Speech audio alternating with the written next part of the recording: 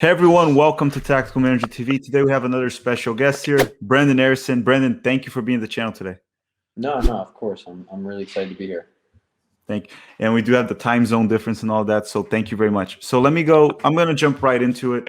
You're in a new country, different Yeah, language, yeah, moving around. How have yeah. you been adjusting there to Austria? Yeah, I mean, it's been definitely different than home. The culture, I mean, the football has definitely been different. Yeah, I mean, it's been tough for me being away from family too, my girlfriend. That's always the hardest part. But I mean, for me, the soccer's been amazing. The group here is fantastic. The coaching staff too, and it's really helped my transition a lot more.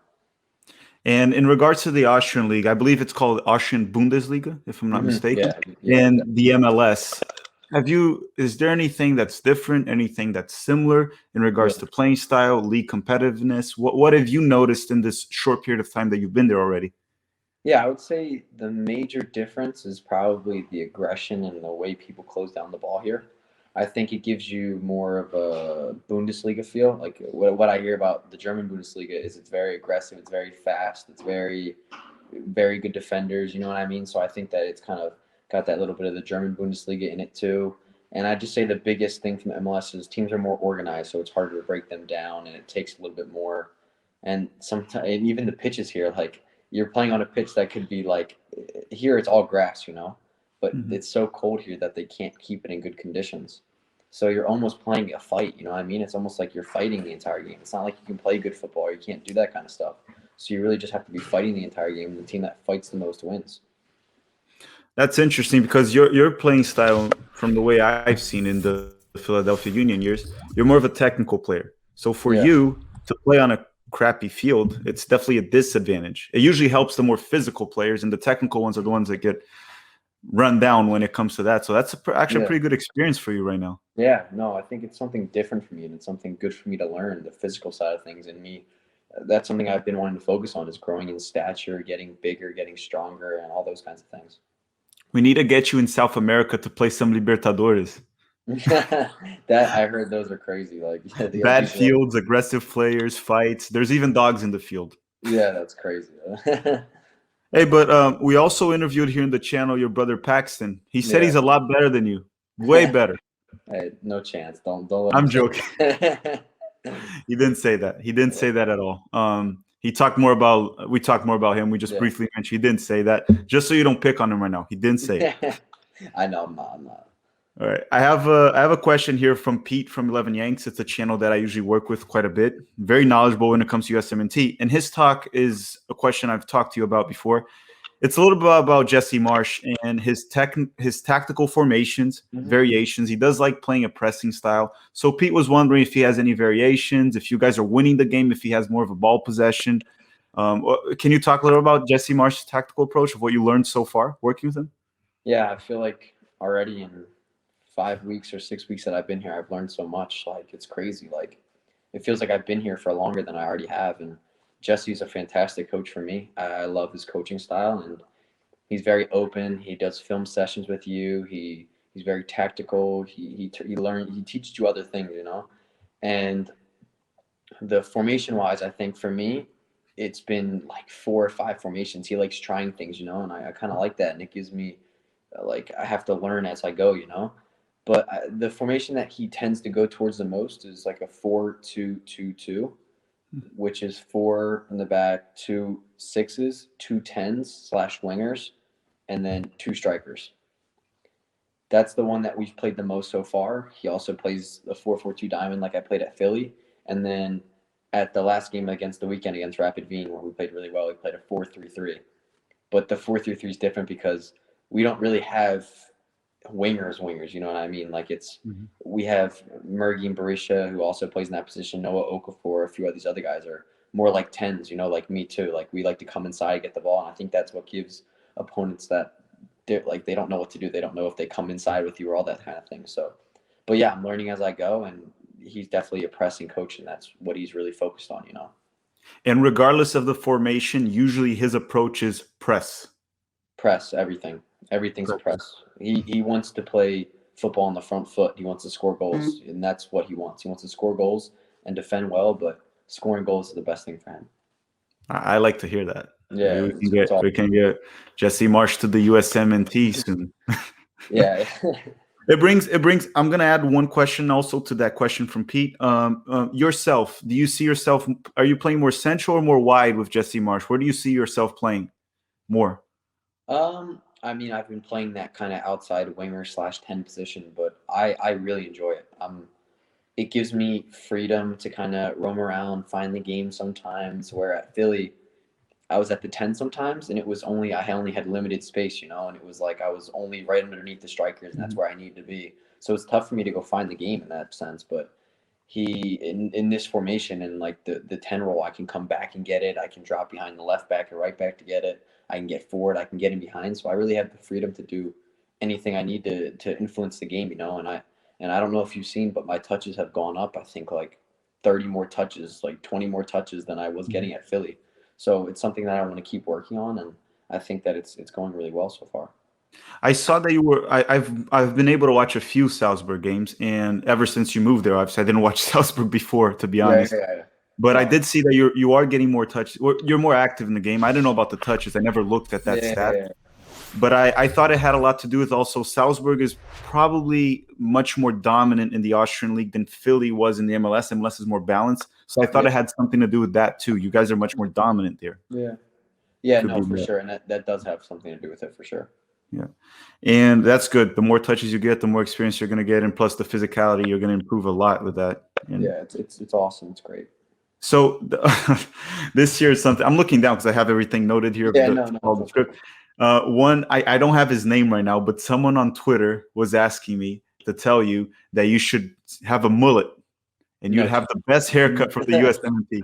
No chance I can get a mullet. No chance. I've seen that actually a few times having a mullet, but I don't know. I could never do it. I would. My girlfriend would never want that. I don't think my mom would even want that. I just that's not for me a mullet. You also don't want to win the 2026 World Cup with the US and be there with the trophy with a mullet. Yeah, You don't want exactly. to. You don't, Exactly. Yeah. you don't want to be like that. Yeah. So, guys, he's not going to get a mullet. Give up on it. Okay. Yeah. Brenden, any specific aspect of your game that you're looking to improve in the short term, not long term, right now? Yeah. Short term.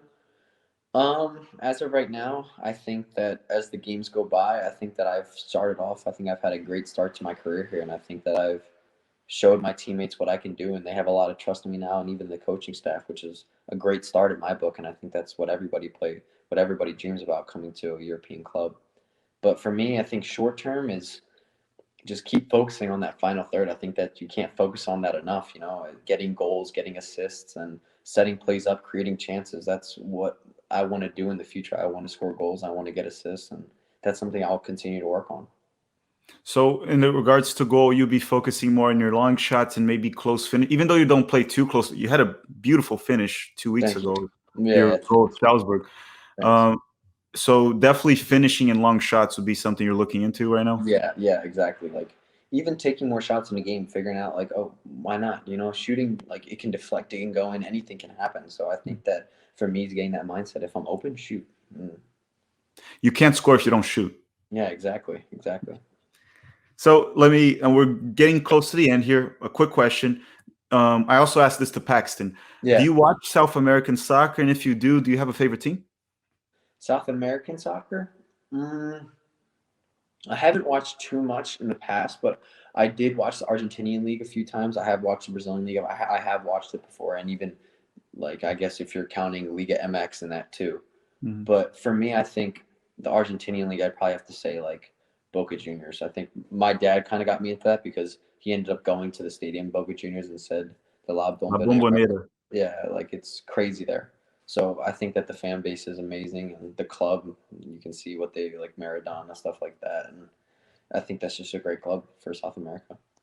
Yeah, the biggest the most popular clubs in South America are definitely River and Boca when it comes to Argentina. Then when you go to Brazil, you can get Flamengo, Yeah, Palmeiras, and Corinthians, Grêmio. But yeah, Boca yeah. and River worldwide, I think they're a stronger brand. Yeah, I I think they are. Yeah, I think they are too. I think they are, but yeah, great club. And then there's one more question, then a final topic to talk about.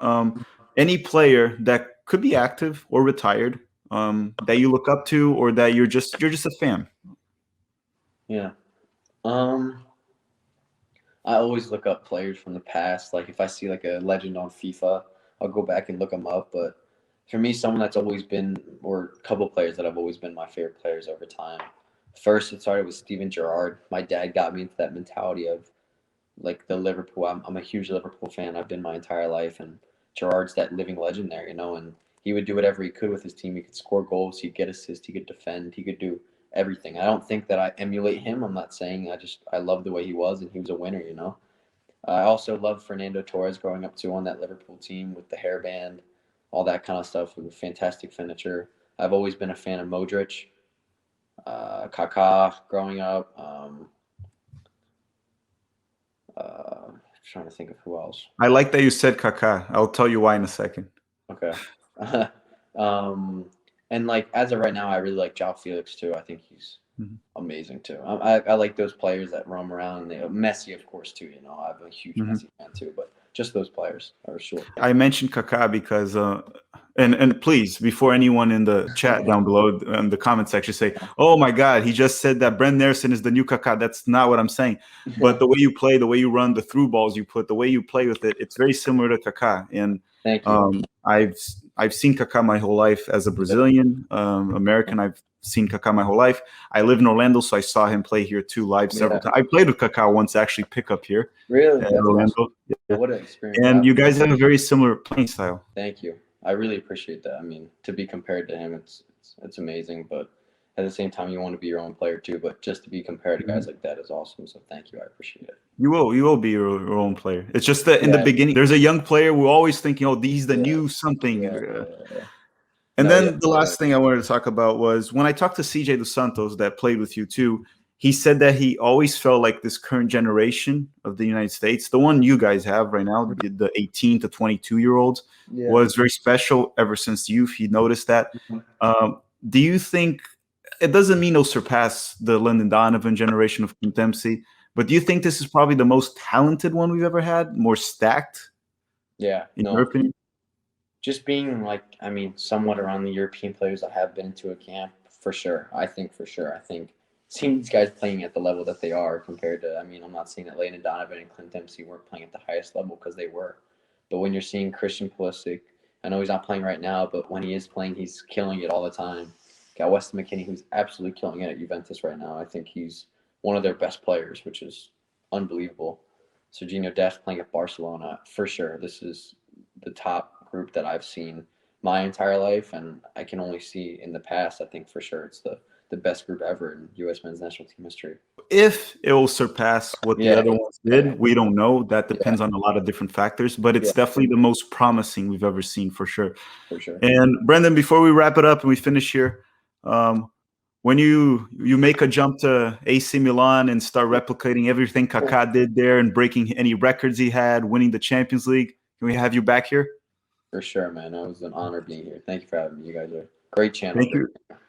Thank you very much, Brenden. It was an honor to have you here. We wish you the best of luck there. We've been scouting you weekly here at the channel. And we wish you the best, and we wish your brother too the best as he will make his debut this season. Hopefully he can follow your path. Thank you very much, Brenden. No, of course. Thanks for having me, man. Thank you.